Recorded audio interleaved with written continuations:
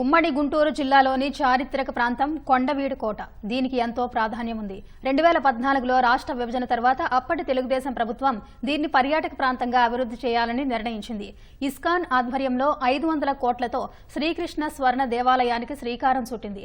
ఫలితంగా కొండవీడు అంతర్జాతీయ పర్యాటక కేంద్రంగా మారుతుందని ఇక్కడి ప్రజలు సంబరపడ్డారు. నాటి ప్రభుత్వం భూములు కేటాయించడం, ఆలయ నిర్మాణ పనులు ప్రారంభించడంతో స్థానికులు సైతం హర్షం వ్యక్తం చేశారు. అయితే వైసీపీ సర్కార్ నుంచి ఎలాంటి సహకారం అందకపోవడంతో కోట్లాది రూపాయల నిర్మాణ పనులు ఎక్కడికక్కడే నిలిచిపోయాయి.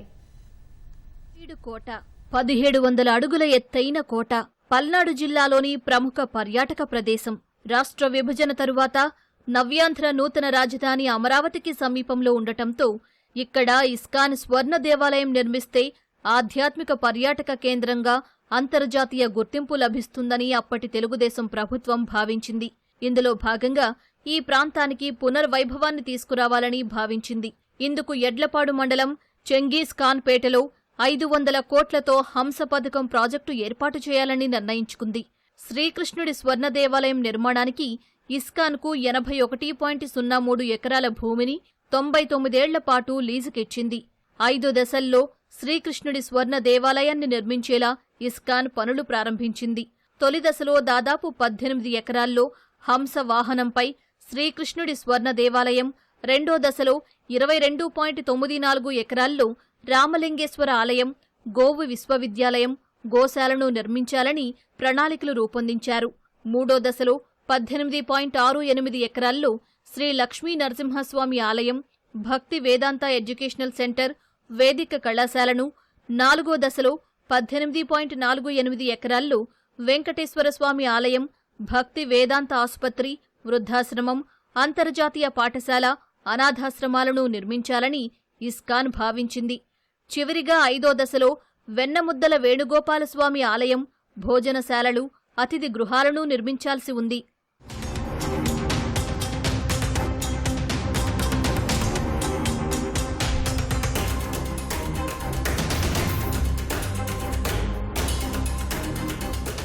పద్దెనిమిది ఎకరాల స్థలంలో స్వర్ణ దేవాలయ పనులు చేపట్టిన ఇస్కాన్ సంస్థ ఆలయం చుట్టూ 108 చిన్న ఉప ఆలయాలు నిర్మించింది.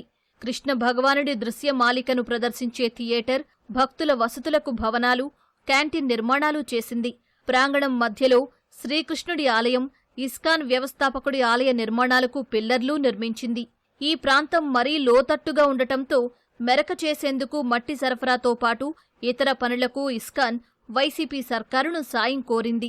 గత ప్రభుత్వం నుంచి ఎలాంటి సహకారం లభించకపోవడంతో పనులు ఆగిపోయాయి. చేసిన పనులన్నీ కంపచెట్ల పాలయ్యాయి. నిలబెట్టిన స్తంభాలన్నీ కూలిపోయాయి. రాజస్థాన్ నుంచి తెచ్చిన గులాబీ రంగు రాళ్లు ఎండకు ఎండుతూ, వానకు తడుస్తూ దెబ్బతింటున్నాయి. ఇనుప సామగ్రి తుప్పుపట్టిపోతోంది. మొత్తంగా హంస పథకం పూర్తిగా పడకేసింది.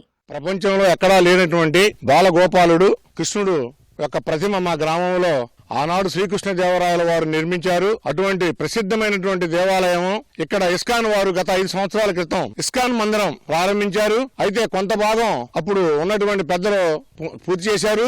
మిగతాది మొత్తం కూడా ఆలయం మొత్తం కూడా గత 5 సంవత్సరాల నుంచి కూడా నిర్వీర్యంగా దీన్ని పట్టించుకున్న నాదులు లేడు. మరి అలానే అనేక సుదూర ప్రాంతాల నుంచి కూడా ఈ దేవాలయాన్ని, ఈ స్వామివారిని దర్శించుకోవడానికి ఇక్కడ వస్తున్నారు. ఒక పిలిగ్రిమ్ సెంటర్ గా, ఒక మంచి యాత్రాస్థలంగా భావించాం. కానీ ఏ కారణం తెలియదు.